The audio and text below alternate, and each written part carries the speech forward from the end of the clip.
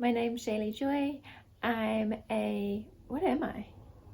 I'm an aspiring indie author of a spicy contemporary romance, and this is my YouTube Author Newbie Tag.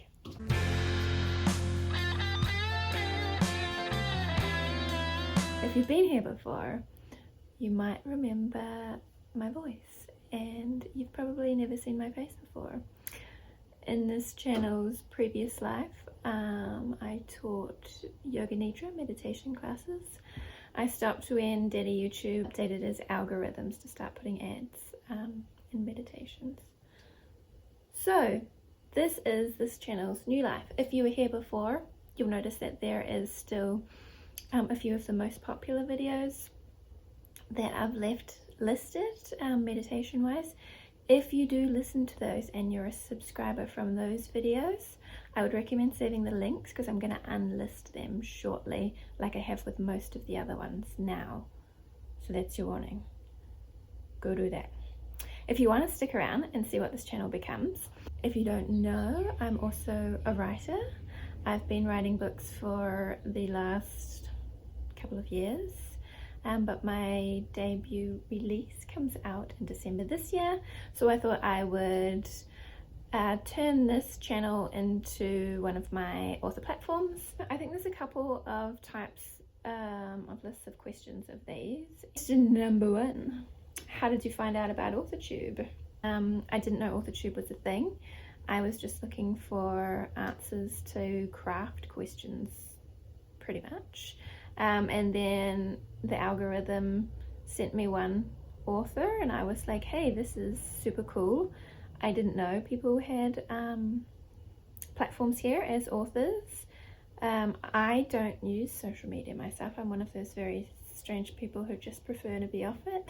It's not good for my mental health to know everything that's going on with everyone in the world, and that's how my brain works. It wants to take it all in. So I typically don't use it, but I do use YouTube. YouTube is one of the platforms that I come on and I feel better after I've been on here, or you know, I feel cozy or I feel motivated. So I was like, cool, I think that's what I'm gonna do when I've got to set up a platform. Here I am. Question 2, what genre do you write in? Also, side note, I called this word genre for so long until my best friend corrected me and said it's genre. But tell me if you also say it wrong. I write in contemporary romance. When I first started writing, I've done children's picture books. I thought I was going to write for children. I wrote a middle grade novel, and then when I decided that I was going to indie publish, I switched to contemporary romance, mainly because it's what I like to read. I can read anything, but I would prefer to read anything with a romantic plot. So I write small town romance predominantly. Part of me would like to dabble in some like urban fantasy, romantasy at some point, but right now I'm just staying in my lane. Question 3, what is your preferred writing tense, point of view, and category of story? My preferred writing tense is first person. So I've written in contemporary romance, or my small town romance books, I've written 2 books in my first series. They haven't been released yet. We'll get to that in this video or another time. Those were all first person, single point of view. I really enjoyed that. That's what I had read. The book that I'm just finishing now, which is book 1 in my second series, that was my first book that I've written in first person dual POV, point of view, between the male and the female love interest. So my preference to read is first person dual POV. I can't tell you what my favorite is to write yet, because this current book has absolutely kicked my ass, and I think it's because it's the first one that I've written in a dual point of view. Was that a really long way of answering that question? I feel like it was. Anyway, Are you a plotter, pantser, or plantser? I'm definitely more of a pantser. I used to be 100% a pantser. Is that my accent? Pantser. I used to be 100% a pantser, and then I would get stuck at around 7,000 words of every manuscript, and that's why nothing ever got finished. And then I figured out skeleton drafting. So for me anyway, that's when I can usually see about 12 points of the story. Like I kind of have this list of beats, not romance beats, that's just another thing, but that too, that's helpful. But I kind of have a list of beats in the story, and if I can look at my list and see most of that, I don't need to know anything about what's going to happen in the scenes or anything like that. I don't like to plan scenes out too much, or I find that I really can't. It's uncomfortable for me. Like if I try to do an outline, like, you know, someone that does a full outline, I feel really uncomfortable because I think I'm the type of person that experiences something when I'm in it rather than on the outside of it. And then I like to give room for the characters to do their own thing. Like I'm aware that I effectively create the characters and, you know, they're coming out of my head sort of thing, but whether it's conscious or unconscious, there's a lot of the times things that they know that I don't know, and then they kind of plant these little seeds throughout the story, and then at the end I'm like, oh, that's why that happened, and I like to be able to follow them. So yeah, I'm a plantser, I think. Number 5, are you a self-published, published, or yet to be published author? I am pursuing indie publishing, self-publishing. I was originally pursuing traditional publishing when I was writing children's books, like when I was doing picture books. And I'd had some success with manuscripts on submission, and, you know, having meetings with acquisition editors that would be like, we love this book, can you do X, Y, and Z and send it back to us? And then being like, oh, this is so exciting, explosions, this is it. And then doing all those things and definitely ending up with a better manuscript at the end of it. But not having a published book, because that's just the way things work. During that time, I entered a lot of like writing competitions and would submit a lot of short stories and that sort of thing. So me pursuing traditional publishing, I think, was actually really important for my learning and for my craft. I really think everything happened for me the way that it should, so that I ended up writing in the genre that I was supposed to write in. What publishing company or printing company do you use or want to use? For me anyway, just speaking for myself, I know there's a lot of different opinions on this, and so this is just my opinion right now. My opinion is always entitled to change when new information comes to me, or new things happen, or just things change in my life. But at the moment I intend on being exclusive with KDP or Amazon. I feel it will give me more exposure as a debut author.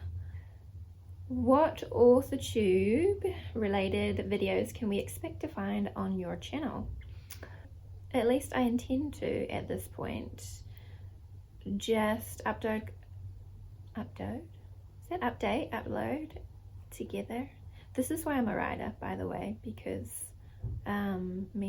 words speaking out of the mouth, not so good. I intend on doing more vlog style, like week in the life of a writer type thing.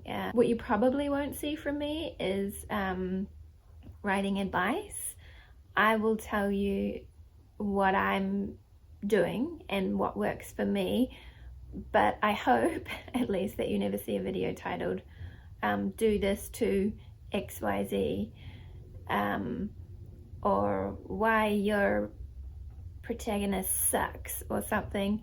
No shade to the people that do those videos. There's an audience for them. I'm not saying that these people are doing that either. This is just a side note that I don't want to present myself as an expert at anything, particularly writing. I hope I always feel like a student of writing. It just never felt authentic to me to be teaching or telling someone what to do. I would rather just say, hey, this is what I do. You do you. If it's the same, cool. If it's not, cool. Let's see. When did you start writing? I always laugh when I see this question because I love it when people answer and say from when they were a child. But effectively, right, isn't that when we all started writing? I'm the sort of person that I've had a journal since I was 5. I remember my very first journal entry, like the diary entry. My diary had a little hedgehog on the front of it, and it said, dear diary, I have a boyfriend and I love him. Love, Shaylee. Which future romance author, clearly. But writing seriously, I lost it in, I don't know what you guys would call it. And I live in New Zealand, that's where my accent comes from, just FYI. That tiny country at the bottom of the world, which sometimes isn't even on the map. The school you go to when you're like 11 and 12. That's when I stopped writing, pretty much. I think I started picking up poetry again in my early 20s. But I didn't pick up writing stories again until I was pregnant with my daughter. I still can't remember the entire order that this happened in. I did a month of traveling around Bali by myself before I was even pregnant with my daughter.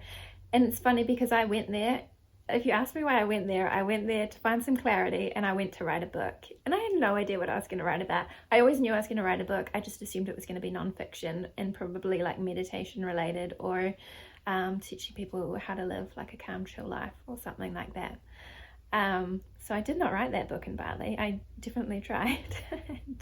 Got to about 3,000 words. But I had this like gnawing inside me that was like, I wanted to be paid for writing. I wanted to pursue that. If you had asked me what I wanted to do when I was in primary school, I would have said be a writer, but you know, adults happened, and I got told to look for a real job. And then so I remember hearing that someone younger than me was going to be a writer, and I remember this person's parents being really supportive of that, and I had this feeling inside me, and I don't know if this is a great one to admit, but it's what I had. I thought, if this person becomes a writer like before me, I can't handle that. And it was like, gave me this like weird, because I don't even know if it was jealousy or it wasn't FOMO. I can't quite put my finger on what the emotion was, but it was like, this person cannot do that before me because I know I can do that. And so I ended up creating a job for myself in copywriting, and that just happened so fast. And I remember being like, whoa, I'm being paid for writing, like, and I made that happen. And then I did that for a while, and throughout my pregnancy, and then AI came along and copywriting kind of got sucked under a little bit. But that was all overlapping with the time that I had become a parent anyway, and was loving writing these stories for my child. And yeah, flow on from there. I decided, no, I'm going to write a book. These are the books that I'm going to write. No one can stop my writing journey now. I'm going to write fiction of some sort, and I know it's going to happen. I can feel it's going to happen, and that's that. What was the first story you ever wrote? I have like a brain that gets really stuck on literal points, and so this question confuses my brain because it makes me think of the first story that I ever wrote that I obviously can't remember because I was very young, and so I'm having to tell my brain that's not what it means. So let's count this as the first story. I'm going to count this as the first story I had published, and it was a short story. I wrote it, I'll probably actually make a video on this. I wrote it right after reading Stephen King's book on writing, which just unlocked something in my brain on how to actually complete the process of writing. And he has a prompt in it right at the end, and he's kind of like, here's your prompt, go for it. Oh, I've got goosebumps. And I started writing, and it was the first time I'd written adult fiction. And again, I don't mean that word that rhymes with corn, but I think of that every time I say that. So I'm gonna, whatever. Anyway, and I started writing, and I could hear, like, I was just like, the scene appeared in my head. I could hear the characters just came in fully. I could see how the scene progressed, and I was just following the story. And that was my first experience of that. And I was like, holy crap. And I remember getting 3,000 words into this story and then having to stop because I was so afraid of where it was going to go, because it's a Stephen King prompt. And so it's not the style that I would write. I actually do like his books, and I read some of them. But this was going in a very morbid direction, and I could see some horrible things was going to happen that I didn't want to be there for. And so I stopped there, and I remember sending it to my best friend, and she was like, I can't read it, it's too scary. And what I ended up doing was I just left it. I was like, well, I can't write that as a story, that's too scary for me, you know, but what's a story that I can spend some time in? Because that's how I had to, another way I had to make a decision of what genre I was going to write in, which is why I chose more kind of happy, low-key ones. But I ended up editing that down to, I think, 2,000 words, and then submitting it to a magazine for a short story competition, and just completely forgetting about it. And it got picked up and got published. And so I got to see my story in a magazine, like an international magazine, and my photo. And I remember buying it in my supermarket, and then I live in a tiny town, and I was like, it's my story, like opening it and showing them my picture on the inside, because I'm lame like that. And then ringing all my friends and family and telling them that my magazine was out, because I had 2 pages in it. But I think that really showed me that I could do it. It was the first bit of what I felt like real fiction that I wrote, and someone thought it was good enough to publish. And yeah, I got to see how the process of writing for me works inside my head, and to just trust it. What authors have inspired your writing the most? I feel like this is an answer that will change for me probably my entire life. Sorry, if you can't see my laptop, I don't know if you can in the frame, that's what I'm looking at. Also, do any of you have a problem with eye contact? Because I'm like one of those really awkward people in real life who does, and so staring into a camera is equally as awkward. I may get used to it, or I may always look like someone that's just looking around. I apologize, you just have to get used to it. I'm pretty awkward just in general, so we just embrace it now, and it tends to make things easier. Okay, so definitely Stephen King. That was his mind-blowing, life changed. I also like Lee Child as an author. It's not so much that these people have inspired my writing, but they have inspired me as a writer, just their writing process. There's 2 Kiwi authors who both passed away now, Janet Frame and Frank Sargent. They really put New Zealand writing on the map way back in the day. They were writing fiction. They both remind me of me in some ways, like, you know, a little bit weird, like living life a little bit eccentrically, and sometimes taken the wrong way, which they don't intend to be taken, but, you know, in some ways they were looked down on or cast out, or not protected from society and the people in it sometimes, just because they're a little bit different. I'm very lucky to have an author friend. I definitely think it helps to have other writers around you. So Kelly St. Clair, she writes like urban fantasy, romantasy. Great writer, just highly recommend if you haven't read any of hers, just FYI. But if the frame changed, or the lighting, or if I'm not even in the frame because I'm filming on my phone and I can't tell, I apologize. I have you like stacked up on a chair and it fell down and that's about I don't know, a show of my professional filming skills if there ever was one. So hopefully it's recording now and I'm not just speaking to nothing, but I don't know what I finished saying there. Yeah, let's just say that we got that one in. Do you schedule your writing sessions or write whenever you can? As I mentioned before, I am a mum, I'm a single parent, I work, I homeschool. I essentially try to be superwoman while balancing many plates and hats and telling myself this is only for a short season and I will not do this forever because I would burn out. So I have to schedule in my writing sessions, otherwise they just wouldn't get done. It looks different every year. So last year I had 4 writing days a week, which just meant that I had 4 times a week where there was like a 3 to 4 hour period where I could write uninterrupted.